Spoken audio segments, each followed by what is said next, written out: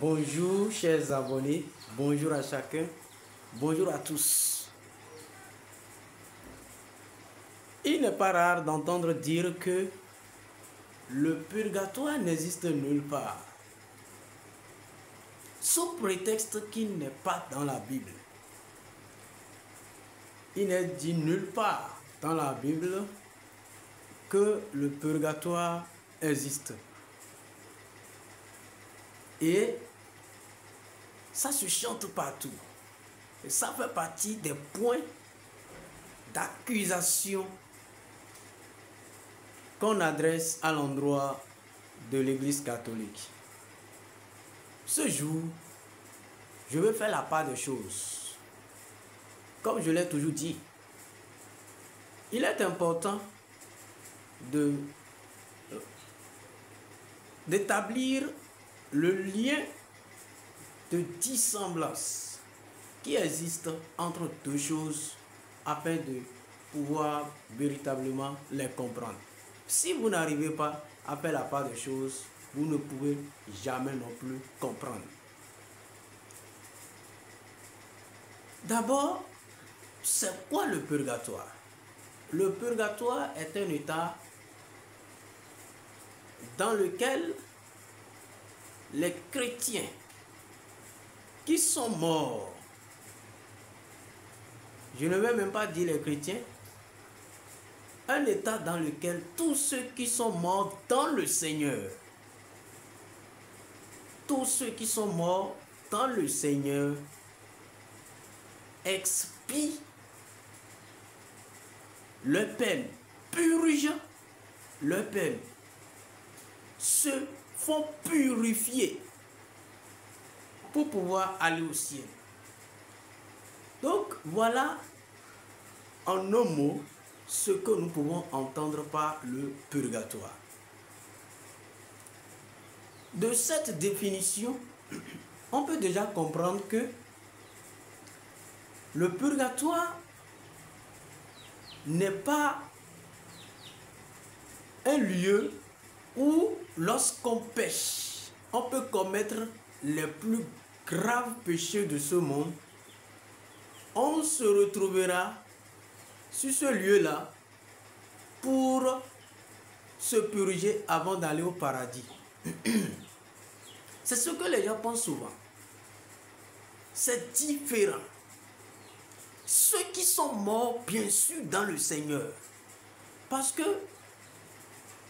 nul ne peut aller au ciel sans être saint. C'est la sainteté, c'est l'état pur qui conduit l'homme au ciel. Jésus va dire à ses disciples, dans Matthieu 5, verset 48, « Soyez saints comme votre Père est saint. Soyez saints comme votre Père est saint. » C'est la condition sine qua non pour aller au ciel, la sainteté. Tous ceux qui méritent, ou bien tous ceux qui doivent aller au ciel parce qu'ils ont marché dans la suite du Christ, parce qu'ils ont fait le nécessaire qu'il faut pour qu'ils aillent au ciel, ont péché sur cette terre. Donc il y a la trace du péché en eux.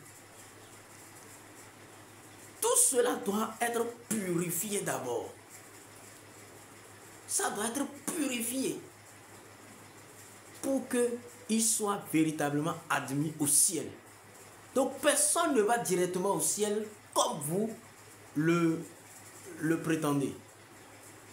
Soit tu te comportes bien, tu vas au ciel, soit tu te comportes bien, tu vas en enfer. Dieu n'agit pas comme nous les hommes. Notre Dieu est un Dieu de miséricorde. Dans le livre d'Osée, au chapitre 11, verset 1 à 9, il est écrit, lorsqu'Israël était jeune, je prenais soin de lui, je l'aimais. Mais plus il grandissait, plus il se détournait de moi. Je m'approchais de lui, mais lui s'éloignait de moi. Mais Est-ce que c'est ma colère qui aura le dernier mot sur Israël? Non, ce n'est pas ma colère. C'est plutôt mon amour, ma tendresse. Donc, Dieu ne se réjouit pas à voir ses enfants aller à la perdition. Si on devait juger comme vous jugez là, tout le monde irait en enfer. Donc, il faut faire la part des choses. Tous ceux qui ont vécu sans avoir connu le Seigneur sont destinés à l'enfer. Tous ceux qui n'ont pas marché selon les recommandations du Seigneur doivent aller en enfer. Ils iront en enfer selon la parole de Dieu.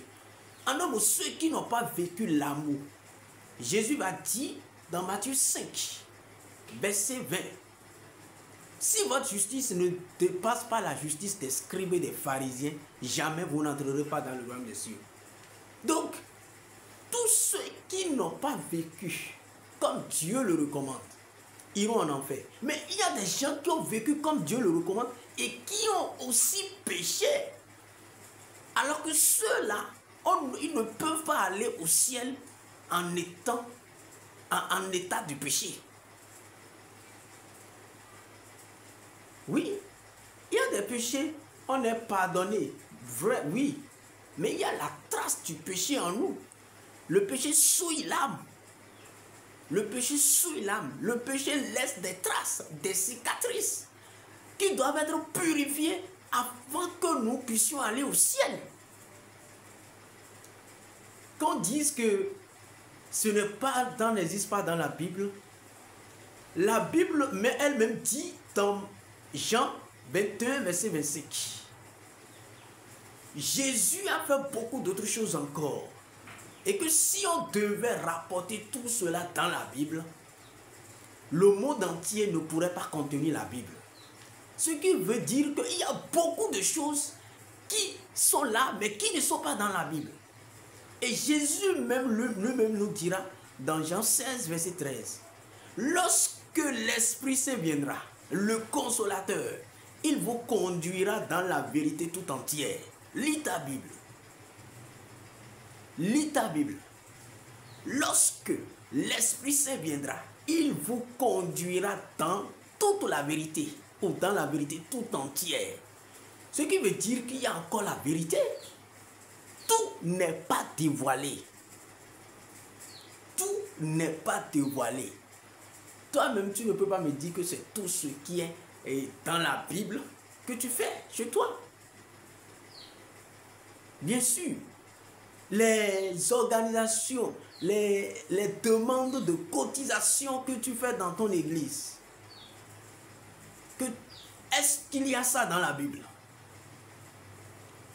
Tout n'est pas dans la Bible. La Bible même en est consciente. L'écrivain sacré en est conscient. C'est pour, sinon, il ne dirait pas dans Jean 21, verset 25, si le monde entier, si on devait raconter tout cela dans la Bible, le monde entier ne pouvait pas contenir cela. Donc le purgatoire n'est pas un lieu où ceux qui n'ont pas respecté les commandements de Dieu, ceux qui n'ont pas marché selon Dieu, iront d'abord pour se purger et après ils iront au ciel. Non, ce n'est pas ce que les catholiques font. Il faut faire la part des choses. Mais plutôt ceux qui sont morts dans le Seigneur. Les traces que le péché a laissées en eux doivent être purifiées. Ils doivent purger leur peine. C'est pour ça qu'on appelle ça purgatoire. L'état de purification pour pouvoir aller au ciel. Que Dieu vous bénisse.